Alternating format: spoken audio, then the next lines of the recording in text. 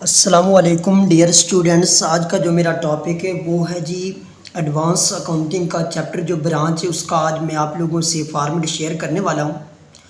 और अगर आप लोग मेरे चैनल पर न्यू हैं तो प्लीज़ मेरे चैनल को सब्सक्राइब कीजिए और बेल आइकॉन को लाजमी दबा लीजिए ताकि कॉमर्स के मुतल्लिक़ आने वाली तमाम वीडियोज़ के नोटिफिकेशन आप लोगों को बर वक्त मिल सके। तो बेसिकली जो ब्रांच है कोई भी बिज़नेस है उसका मोटिव जो होता है ज़्यादा से ज़्यादा बिज़नेस कमाना। तो अगर उसका हेड ऑफिस आपके इस्लामाबाद के अंदर है, बन्नू के अंदर है, सियालकोट के अंदर, तो वो चाहता है कि उसके जो प्रोडक्ट्स हैं वो मियाँ चन्नू के अंदर सेल हों, खानेवाल के अंदर सेल हों, मुल्तान के अंदर सेल हों। तो वो कैसे उसको वहाँ क्या कर देगा, ब्रांच बना देगा। ये दो तरह की ब्रांचेज़ होती हैं, इंडिपेंडेंट और डिपेंडेंट। और उसके बाद आउट ऑफ कंट्री में भी इनकी ब्रांचेस बनाई जा सकती हैं।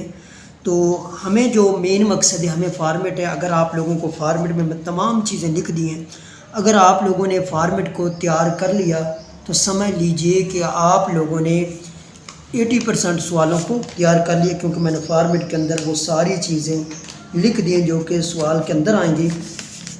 तो देखते हैं जी, ये आप लोगों के सामने मैंने एक फॉर्मेट शेयर किया कि जिसके ऊपर सबसे पहले हमने क्या लिखा जी, in the book of head office branch account has on 4 March 2021 anyone हो सकता है। इसके अंदर एक और कॉलम होना चाहिए जी, वो है जी डेट पार्टिकुलर अमाउंट। तो basically opening stock, opening balance भी इसे कहते हैं, ओपनिंग स्टॉक भी इसके बोलते हैं, बैलेंस बीडी का भी लफ्ज़ इस्तेमाल किया जा सकता है। इसके अंदर क्या क्या चीज़ें आ सकती हैं प्यारे बच्चों? ओपनिंग के अंदर ब्रांच स्टॉक आ सकता है जी, ब्रांच डेटर आ सकते हैं, पैटी कैश आ सकता है, प्रीपेड एक्सपेंसेस आ सकता है, फर्नीचर आ सकता है और मशीनरी। ये आप लोगों के जो हैं प्यारे बच्चों जी, ये आप लोगों के ओपनिंग जी। और ऐसे ही आपका जो क्लोजिंग स्टॉक या क्लोजिंग बैलेंस या प्यारे बच्चों देखते हैं जिसके अंदर वो ही सारी चीज़ें ओपनिंग है, तो उस साइड पर अगर एंडिंग है तो वो आपके किस साइड पर आ जाएंगी, आपकी क्रेडिट साइड पर। Stock, debtor, petty cash, prepaid, insurance, furniture और प्रीपेड। ठीक है प्यारे बच्चों जी। उसके बाद जी यहाँ जो क्लोजिंग लायबिलिटी लिखा हुआ है, यहाँ ओपनिंग लायबिलिटीज़ का लफ्ज़ इस्तेमाल होगा। क्या लिखा जाएगा प्यारे बच्चों जी? Opening liabilities. ओपनिंग लायबिलिटीज़ के अंदर क्या क्या प्यारे बच्चों आ सकते हैं? कैश सेल आ सकता है, कैश रिसीव्ड फ्रॉम डेटर आ सकता है और आउटस्टैंडिंग आ सकता है प्यारे बच्चों जी। अब यही यहाँ आकर आपके जो क्लोजिंग लायबिलिटीज़ आएंगे तो क्या क्या आ सकता है जी? Closing stock, goods sent return, goods in transit, ये आप लोगों की होती हैं जी एडजस्टमेंट, इनको बाद में सीखेंगे। तो उसके बाद कुछ गुड्स सेंट टू ब्रांच, उसके बाद अगर रिटर्न दी जाए तो यहीं से आप लोग माइनस कर सकते हैं प्यारे बच्चों जी। नहीं करना चाहें तो रिटर्न को दूसरी साइड पर भी लिख सकते हैं।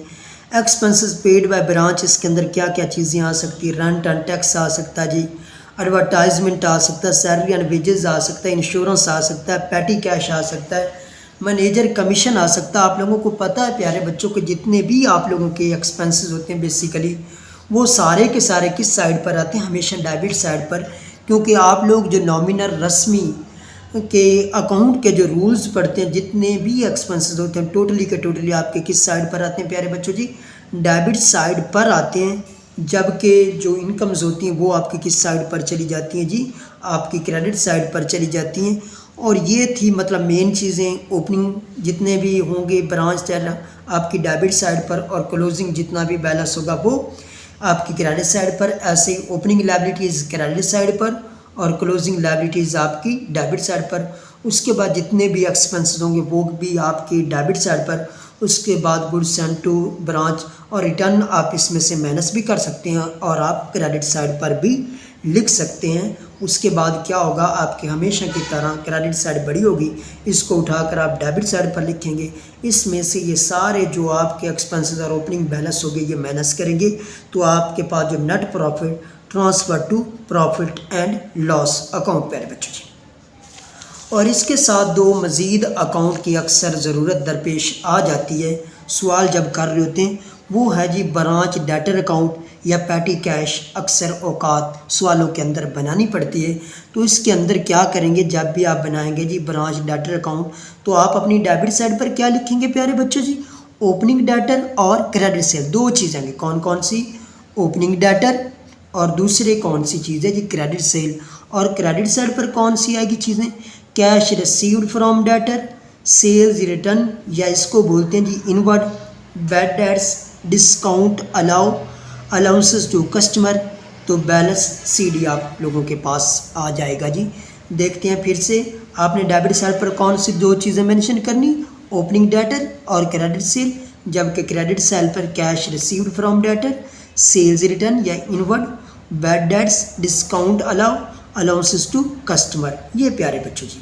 और उसके बाद आपको कुछ सवालों के अंदर पैटी कैश बनानी पड़ेगी, तो आप डेबिट साइड पर ओपनिंग पैटी कैश और पैटी एक्सपेंसेस, ठीक है। और दूसरी साइड पर क्या आ जाएगी, petty expenses paid by branch.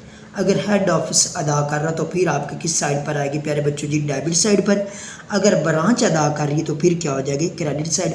और उसके बाद आप लोगों का बैलेंस आ जाएगा। ये कुछ स्केच था जो अपने माइंड के अंदर रखते हुए आप लोगों को 1 बाय 1 सवाल कराए जाएंगे।